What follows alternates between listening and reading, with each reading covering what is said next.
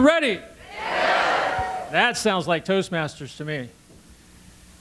As we begin our humorous contest, speaker number 1, Teri Boudreaux, Phobias, Teri Boudreaux.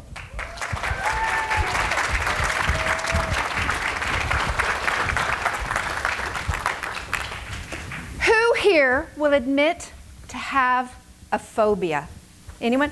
Quite a few people.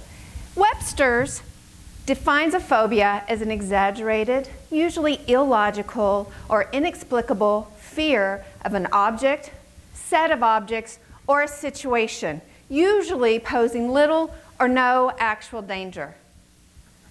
That's easy for some dictionary to say that doesn't actually have a phobia.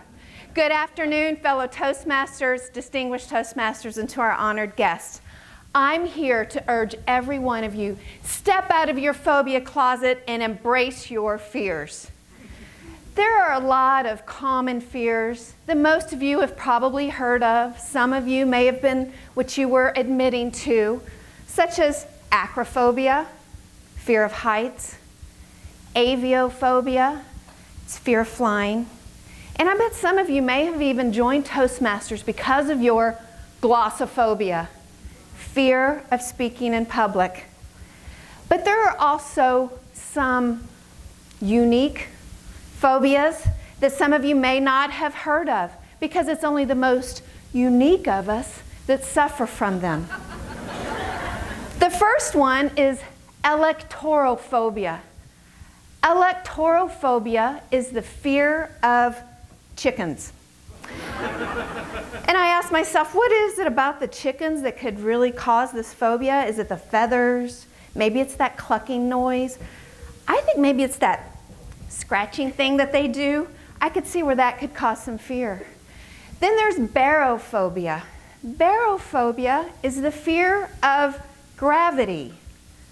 I don't know about you, but I'm more fear of no gravity than there is of gravity. But I could not find anything for the fear of no gravity. Then there's Dutch phobia. I hope I don't have any Dutch people in the audience. Dutch phobia, just like it sounds, it's the fear of Dutch. And I asked myself, is it the Dutch people? Is it the Dutch language?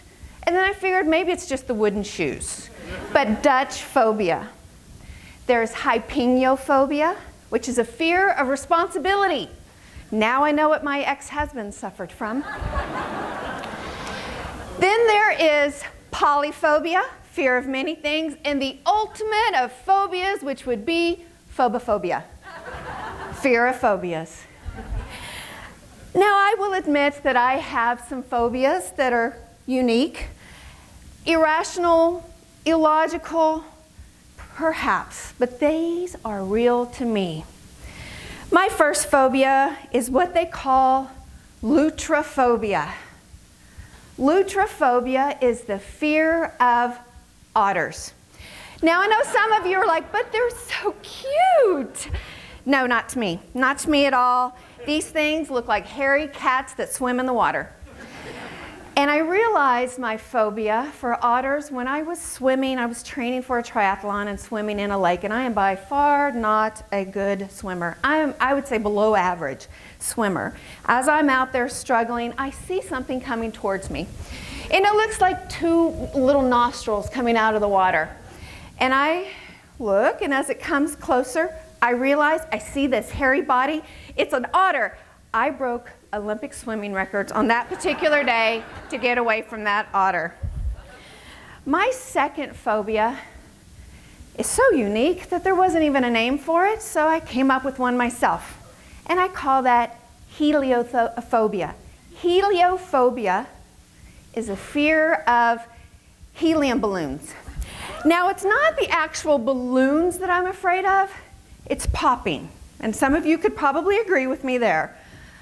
I put my particular phobia to the test when I was put in charge of the helium balloons for a particular work project.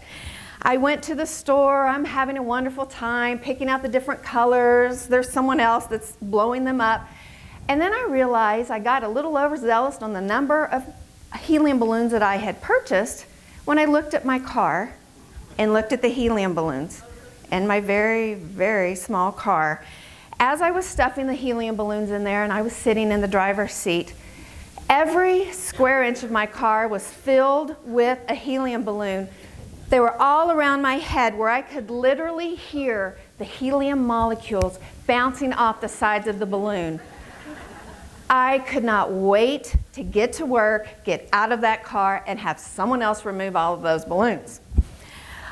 My third phobia, unique as it is, also does not have a name, so I came up with it, and that would be Thermo Phobia.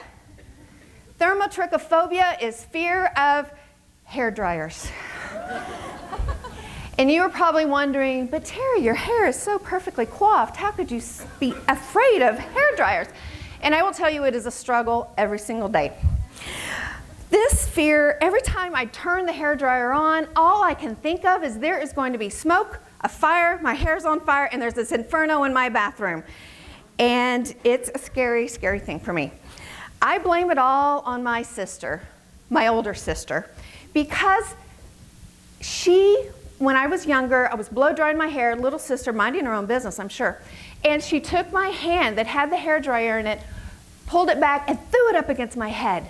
And all I could think about is my hair is going to get wrapped in the motor, and there's going to be flames, there's going to be smoke, inferno.